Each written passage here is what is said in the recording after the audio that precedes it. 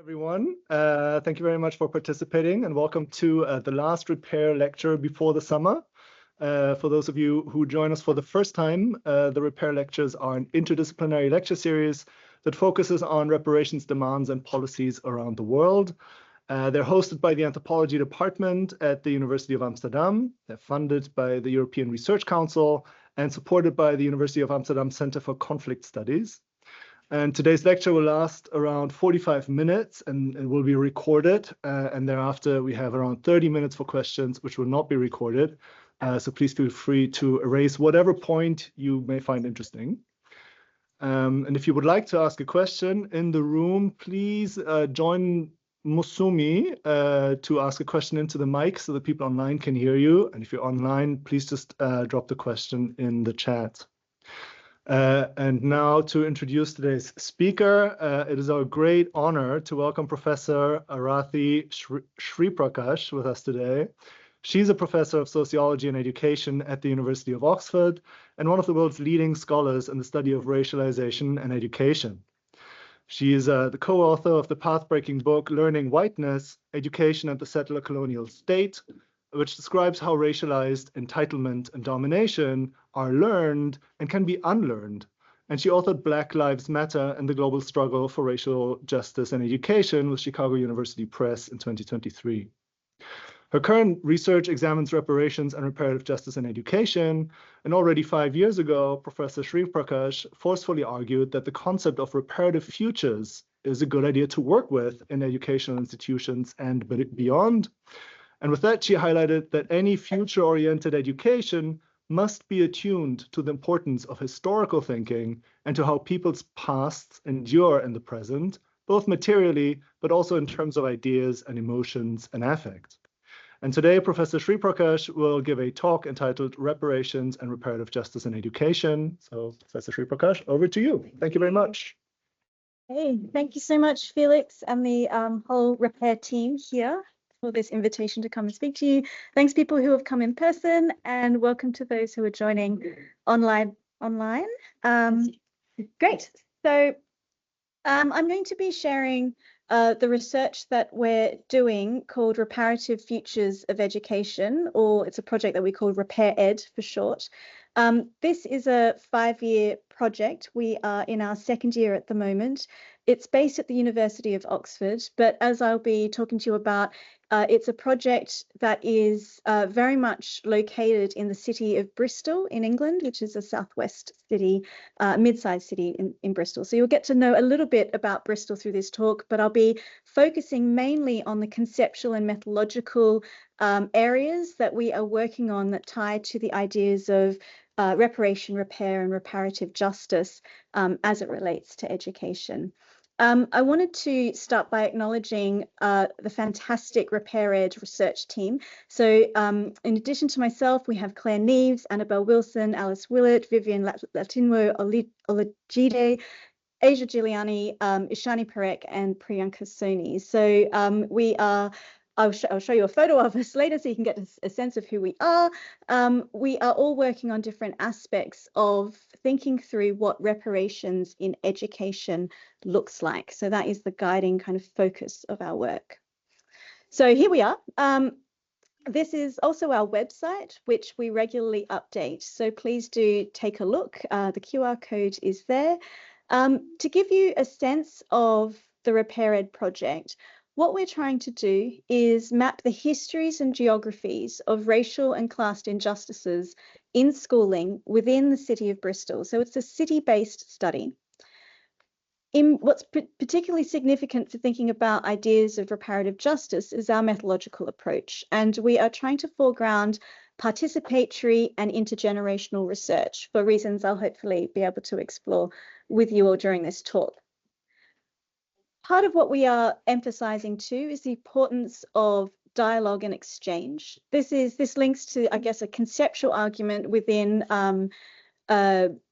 studies of reparation, is that it requires collective recognition of past injustices to understand what collective forms of repair might entail. So we weave through our project a methodological commitment to foster this kind of collective thinking and dialogue. And this creates some interesting tensions and perhaps difficulties in research, namely what does one do with difference? We don't necessarily live in a world where there's consensus. So doing this work where people do hold different views, people certainly have had different experiences of injustice, whether they're beneficiaries from past harms, whether they are perpetrators of current and past harms, or whether they've been disadvantaged by them. And so trying to have these quite, in some ways, concrete conversations about reparation repair is always going to be a challenge, and that is a methodological, intellectual, and political challenge of the research. So I'll be talking about some of these conceptual and methodological themes as we proceed.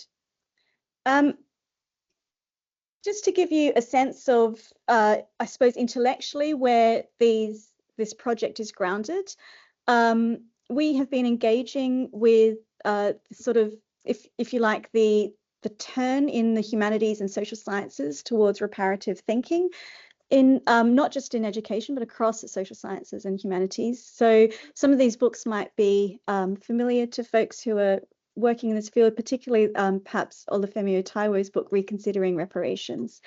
Across this work, there is an emphasis on the interconnections between past, present, and future, which feel integral to reparative frameworks. Something that we're taking quite seriously in the project is what Taiwo calls reparations as a future-making approach. So thinking about it as a lens that is not simply backward-looking. I think a lot of critics of reparations will sort of dismiss it as being stuck in history. We need to draw a line under that and move on, so on. That becomes a kind of political way of dismissing ideas of reparation. But rather we say that, in fact, reparations is profoundly a future-making or forward-looking approach, because it asks us what kinds of just futures might we be able to create if we take the past and present harm seriously and create forms of redress for those, so that they are not baked into ideas of reform or change or transformation for the future. And so we are trying to apply that kind of thinking within the specific domain of education, which I'll talk to you a bit about in a moment. So in this sense, we're very much seeing reparative frameworks as a reconstructive agenda. And this might, and I think this is important, it might involve what Vanessa Oliveira calls the hospicing of particular kinds of ideas, letting go particular ideas that no longer serve us, that are harmful, or in perhaps the language of Black radical feminists and others, talking about the abolition of certain norms, practices, and institutions. And why I want to emphasize this idea conceptually is that repair does not mean fixing or returning to a prior state. We might have that understanding in a layperson's term, in terms of if in a piece of clothing, if there's a hole, we need to mend that and return the piece of clothing back to its prior good state.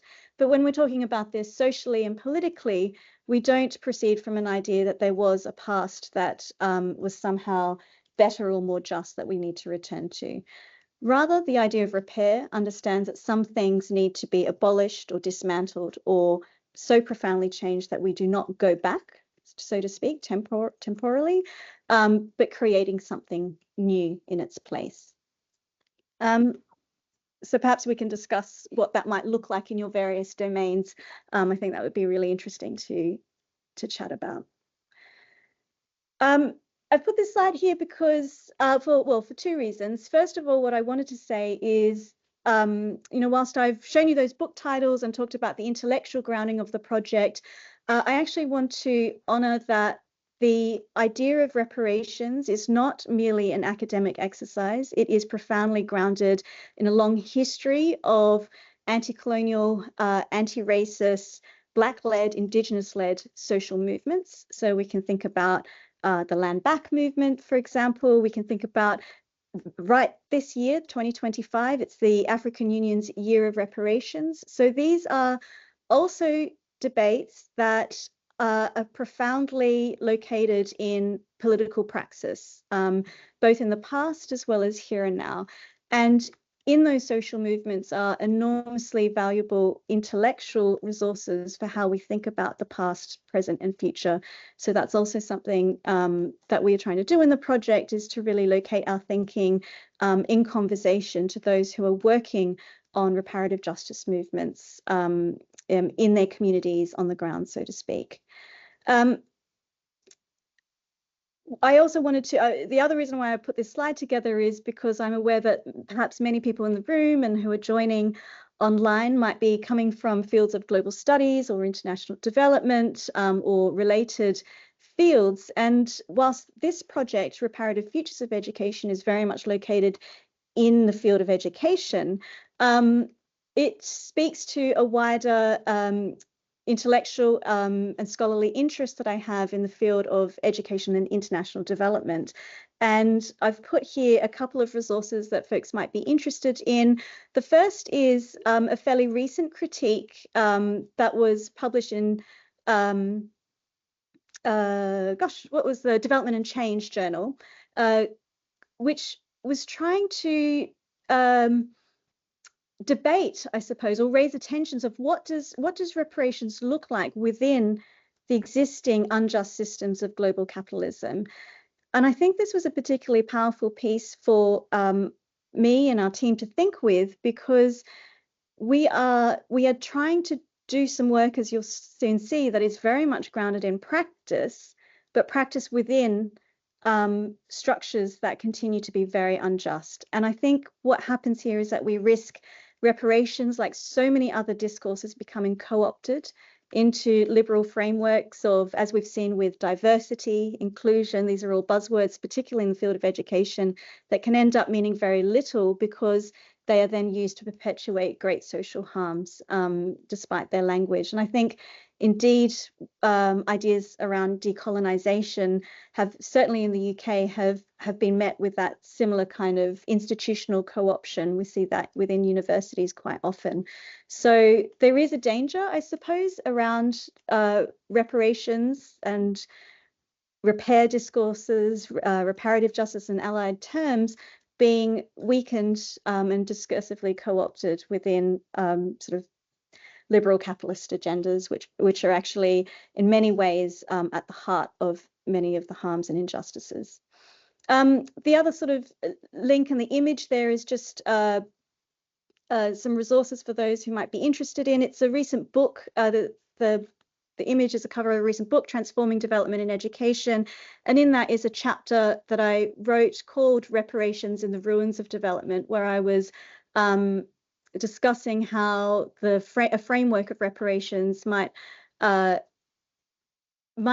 us rethink development beyond the kind of savior and north-south hierarchical positioning of that work. So in case that's of interest to folks here, there's the link there is of a short blog piece, but otherwise the full chapter is available open access in the book that's on your screen currently.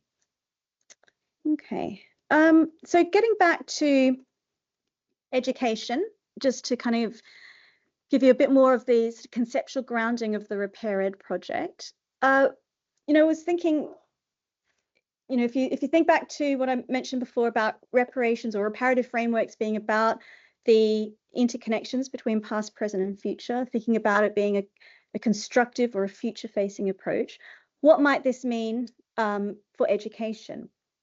So sociologists of education, I'm a sociologist, have long shown how education systems are ones that profoundly sort of, the social reproduction and education seem to go hand in hand. We can see this the world over. Education systems are structurally unjust if we consider the distribution of resources, the unequal outcomes in education systems, the segregation across education systems. Education is a very powerful institution of the state, so it becomes bound up with colonial projects, with racial projects of the state in terms of who goes where or what kinds of things are learnt in education systems, right? So even what knowledge is considered important for one's citizens to learn. So there are many, many ways in which education is implicated in colonial, racial, gendered injustice, social injustice. We can name all of these various kinds of structural injustices that we have in various societies.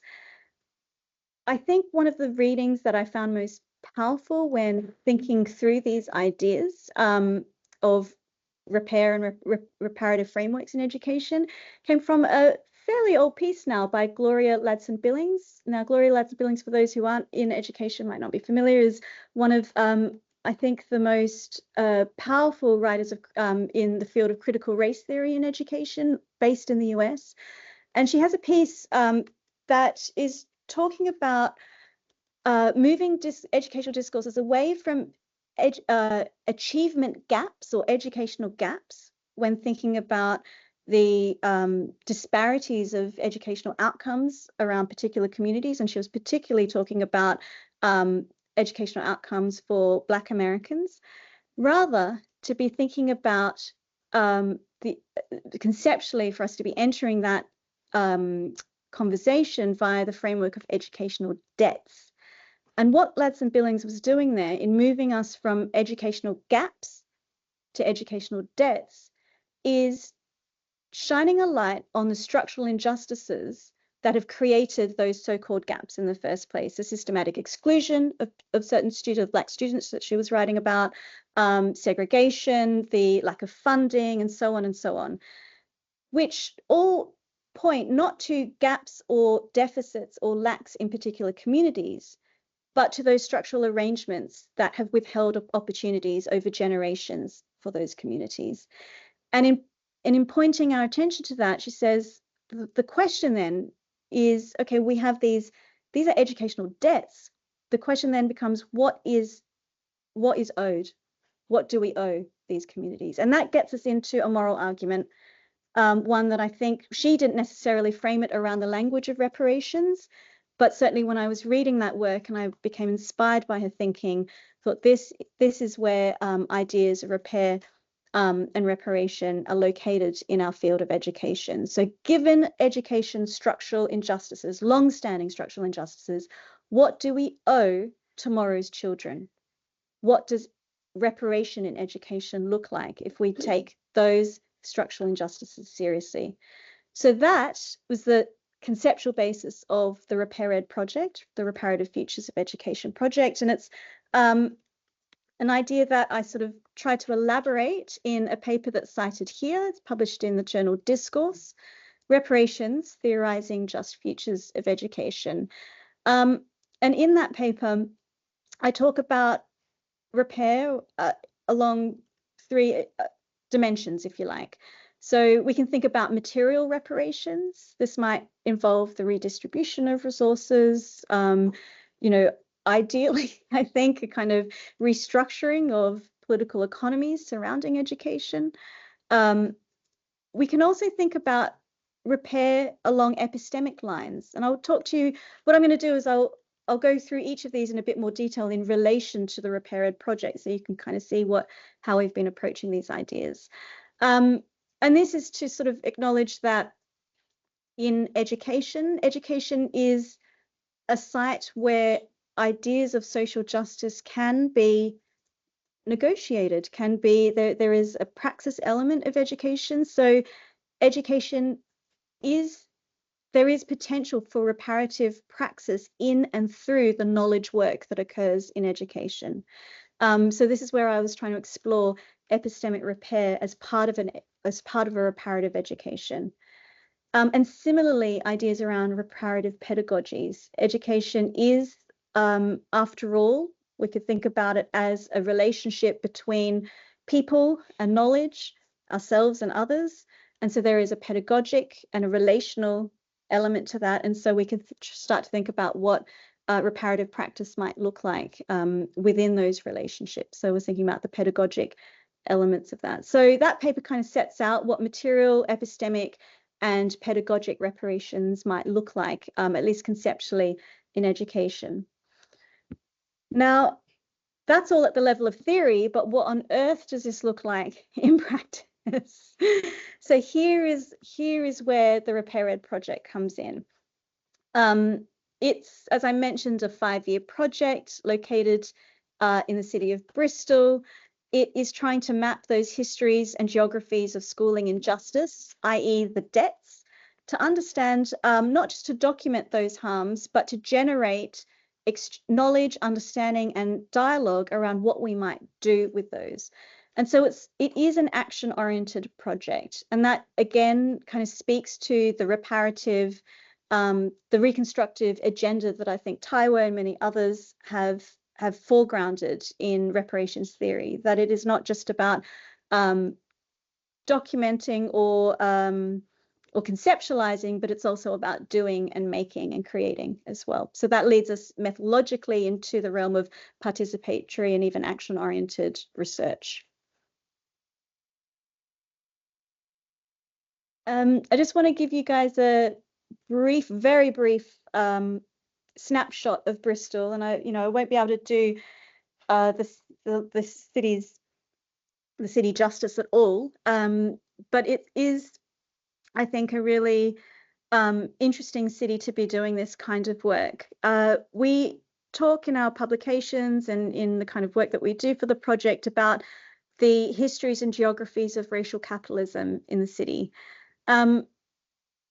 This is a map that you can see. It's actually on our website. There's a series of interactive maps that we've produced based using sort of census and local authority data to show you how the city, the different wards in the city, are very divided. This is a very unequal city with concentrations of great wealth and concentrations of great poverty. I think it probably doesn't look that different to many other cities, many other urban centers, right? Contiguous neighborhoods look very, very different in terms of educational outcome, participation, and so on. So you can sort of, explore those sorts of boundaries and divides, at least, on the maps on our website. But it's just to highlight that, a number of researchers before us have noted the kind of the socioeconomic segregation and divisions in the city. In fact, it gets called Bristol as a divided city. This links to a long and complex history. One part of that history is that the city is, as a port city, is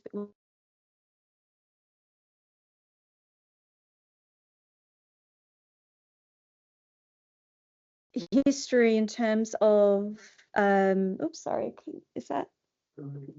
Oh, we'll just do that. Okay. Sorry, I've just lost my thread there. It has so the city's history of being a port city that's part of this transatlantic slave trade means that there are some areas of the city that extracted great wealth from that trade, and you can see that in the buildings, in the institutions. The University of Bristol, many of the private schools that are located in the north of the city were founded through money from the slave trade, right? So you've got those concentrations of wealth. You also have the areas of the south which were housing the factory workers from the tobacco factories, and so you get a lot of the white working class impoverishment also linked to that trade, right? So they've got long historical roots, and we are trying to map some of those dynamics through the lens of racial capitalism, and I can show you a couple of papers that we're working on a bit later. What's also interesting about Bristol is that there have been long histories of Black-led movements for racial justice in the city. So it does mean that questions about reparations and reparative justice are live within the city. We are trying to listen and learn to what's gone on before.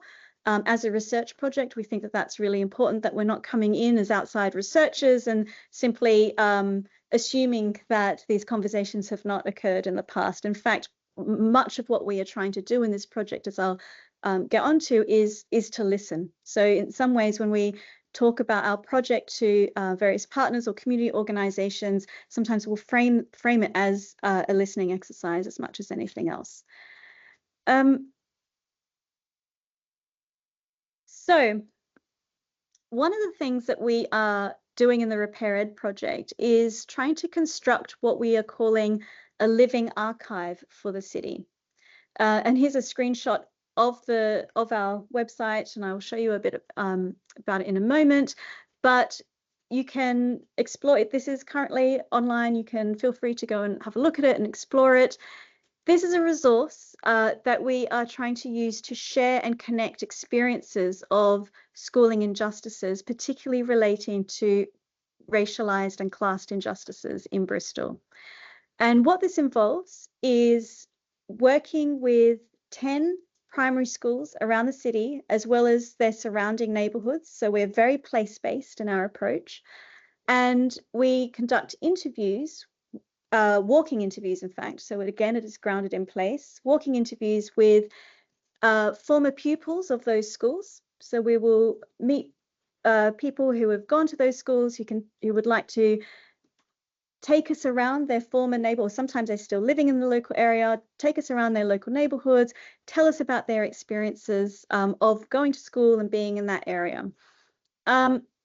We also interview teachers about their current experiences, as well as school leaders, as well as people who we are calling community knowledge holders. And these might be school governors, they might be people who work in local community organizations, those with a really connected experience of that local place. And it's through these interviews of where we are trying to kind of build up a sense of people's experience that we then take sections of those stories, their stories, and put them into this archive, this living archive.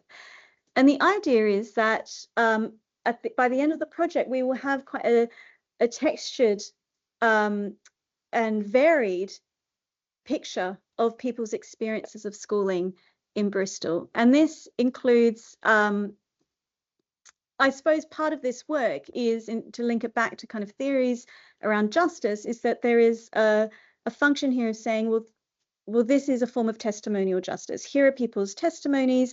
They're not locked away in academic research. Yes, we do have our full transcripts as a university research project. Of course, we do those other sort of more standard research practices of the interviews being transcribed and analyzed systematically for research publications and so on. But we don't just do that. I think what becomes really important is this constant sort of public accountability and public engagement work that we do, and that becomes part of our it's not just an idea that we thought of in terms of our ethical framework, but one that is being guided through the lens of repair, right? So the action-oriented ideas that we're trying to foreground.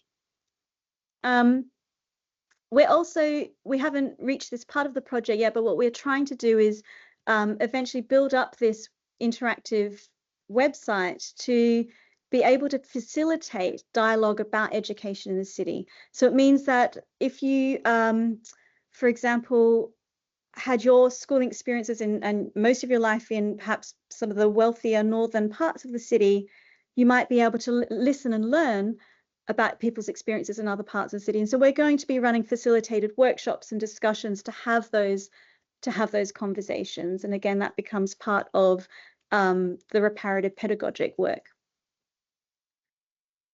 So if I can, now that I've sort of introduced the broad sort of activities of the project, if I can go back to those three ideas around material reparations, epistemic repair, and reparative pedagogies, and show you a little bit about how these take place in our project. So material reparations. So this is about recognizing the debts of past and present injustices to ensure their redress and non-recurrence. I think non-recurrence becomes a big theme in reparative justice theory. What does this look like in education? I think this is the hardest one, the hardest piece of the puzzle in my view, because often it feels like stuff that is completely out of our control, apart from, you know, if we are fortunate to be in a functioning democracy, apart from who we vote for. But what we're talking about is divestment in systems that perpetuate harm, redistribution of resources at different scales, the transformation of the political economic systems around education in terms of if we're thinking about resourcing on hierarchy and segregation along socioeconomic lines and so on. How we've been thinking about this within our research, we've actually been writing a paper, it's currently under review, called Organized Abandonment in Education. And this draws on Ruth Wilson Gilmore, she's an abolitionist geographer, her work on organized abandonment. And we apply this lens. This is organized abandonment is a concept that draws attention to the intentional disinvestment in communities. Right, so it's abandonment that is organized, it's intentional, it's systemic. And we track how this has occurred in one particular area of Bristol. So it's a very local place-based examination of how this has occurred in the South Bristol area of Philwood. So we, drawing on participants' stories of abandonment in the area, we talk about how Philwood as a place has been abandoned, but also children's futures in Philwood have been abandoned. So we are analysing organised abandonment in education as part of material abandonment of place and the material consequences of abandoning futures. Right. So this is about dismantling aspirations, turning what a lot of our participants talk about in terms of giving up on kids. Right? And so whilst we, in the project, whilst I feel like we don't have the power, if you like, to argue for, therefore, you know, I think it's naive to suggest that therefore we have some kind of power to suggest policies around redistribution of resources. What we are trying to do is hold those in power to account, to say this is what has happened in this particular community, and this is why material reparations are needed. So we are in some ways making ready, if you like, through our epistemic work, the argument of material reparation. I just wanted to share with you, just to give you a sense of how the Living Archive works. So if you explore the Living Archive, you'll see this is the people's history of schooling in Bristol. You can go, each pin represents a story that people have told us, and I'm going to now click into one of these stories. This is someone called Barbara who we interviewed, and we can hear Barbara talk to us about oops, sorry, I'm just going to line this up. We're going to hear Barbara talk to us about her experiences of being schooled in Philwood, where we did this piece of the research. I don't know what it means. What I do know is that it hasn't been fair, it hasn't been equitable, and if anything, what it's done is it stripped away aspiration. And I think that if it wasn't shored up in a different way within community, even within my family, then the outcomes for me would have been really different. I wouldn't have believed that I could get a doctorate. I wouldn't have believed that I could work in policy. I wouldn't have had the inquiring mind that every time, you know, as a social worker, that I'm saying the outcomes are not what the policy is saying, the impact on their lives are different. That question in mind came from my family. It didn't come from school. So oops, sorry. Would my school... So do I go back to... So I think what we hear from Barbara is a pretty damning assessment of school. It didn't come from school, because we are arguing a systematic abandonment of young people's futures in areas like Philwood. So this is how we've been engaging with arguments, at least, around material reparations, by really trying to foreground these kinds of testimonies and these analyses within our project. The second dimension that I mentioned is around epistemic repair. And here we have been locating some of our arguments in terms of Charles Mills's work, the political philosopher, political theorist, who talks about how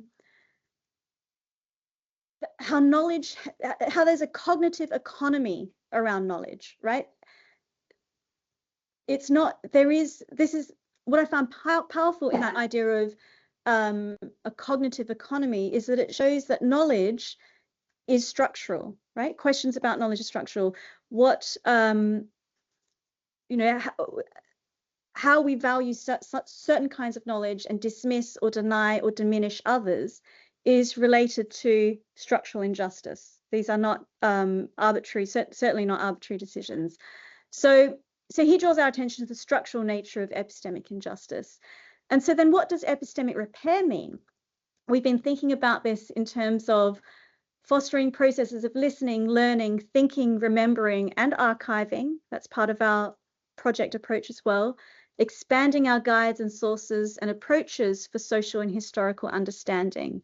So we're trying to do this sort of work actively within the project, which gets us thinking about more creative methods, which I'll talk to you a bit about in a moment, and which has really kind of inspired our approach to the living archive. And there's a paper that is cited at the bottom there, which is a publication from the Repair Ed project called Reparative Histories of Schooling, where we do argue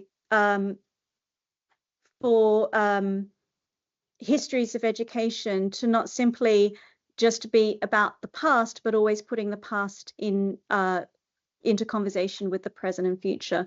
And just this draws on the work of Stuart Hall, whose term, The Living Archive, we've actually borrowed and built upon. And he says, archives are not inert historical collections. They always stand in active, dialogic relation to which the present puts to the past. And so this gets us thinking about the ethical responsibility of academic researchers doing historical work, to trying to think about what our role is in terms of fostering that dialogue and understanding. So there's lots of ways in which we're doing this. I mean, I showed you the living archive and the map where you can kind of click in and listen to people's testimonies and listen to those audio clips and so on. But there's other things that we're doing in the project. The illustration that you see up here is actually an illustration that our colleague Sikan Huey did. She's a fantastic artist illustrator, and it was captured sorts of conversations we had in one of our dialogic workshops. This was last year, with a group of mainly head teachers across the city. And together we had an activity where we were asking them to write a manifesto for a just education system in Bristol. What would that look like? And we have this sort of artist's illustration of that to capture the moment of that event.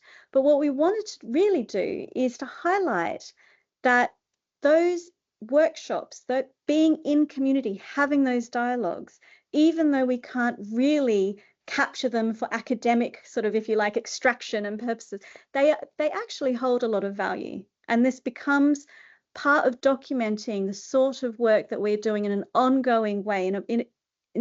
I have some colleagues who are interested in these ideas of micro acts of repair. What does micro reparation look like? So every time we facilitate workshops, create community events, have some work with artists and so on, these all become very purposeful, intentional parts of our practice.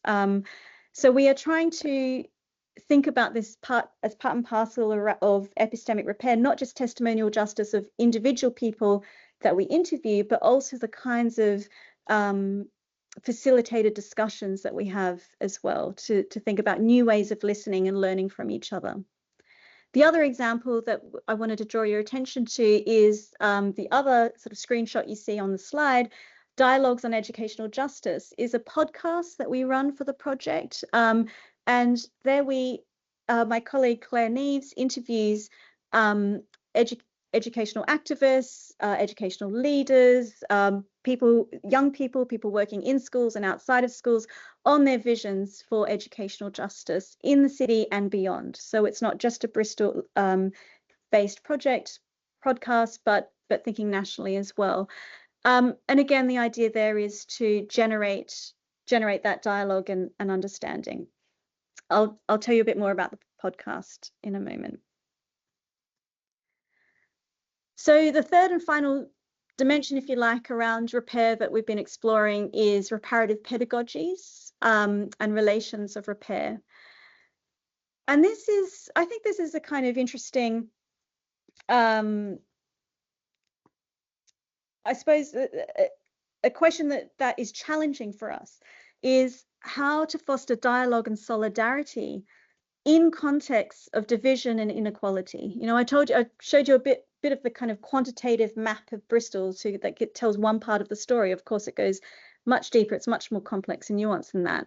But what do we do when we don't agree or when we haven't had the same experiences and so on? One of the things that we're trying to emphasize here, that reparative pedagogies allows us to, well, the way that we are entering into this space is to think about imagination, the importance of imagination in imagining otherwise, imagining beyond our own experiences. A lot of researchers can explore this through a different lens. I know that people are working on ideas of empathy and so on, or how to put one into someone else's shoes, put oneself into someone else's shoes.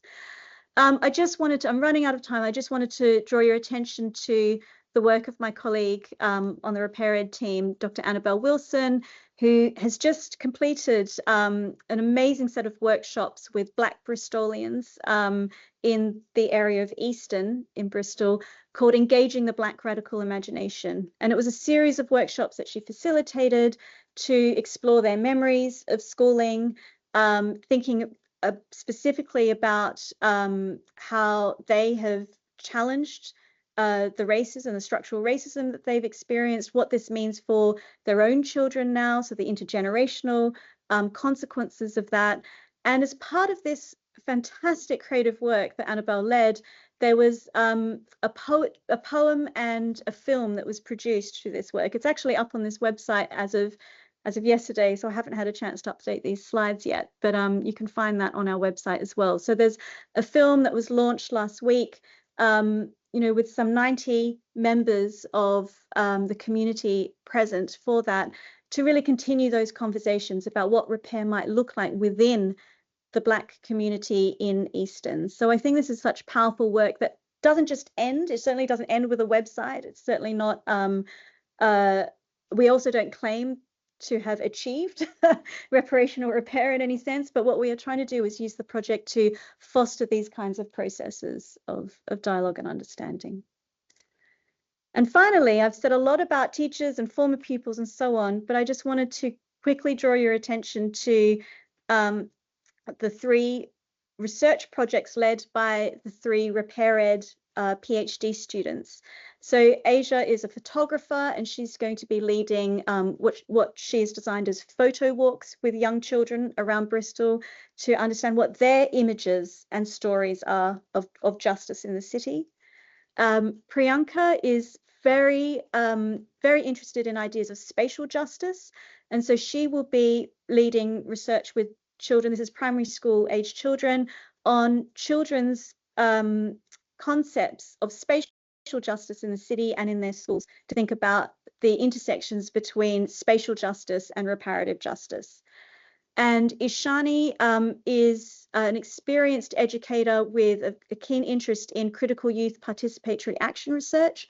So her project will be working with young people where they themselves are the researchers who are designing a project around educational justice. So these are the 3 really creative and participatory PhD projects that are currently ongoing for the project. So I will leave it there, but just to say, please do keep in touch with us in many ways. We have a website, we have an email address. Please do write to us with your thoughts. You can have a look at our People's History of Schooling, the living archive that I mentioned.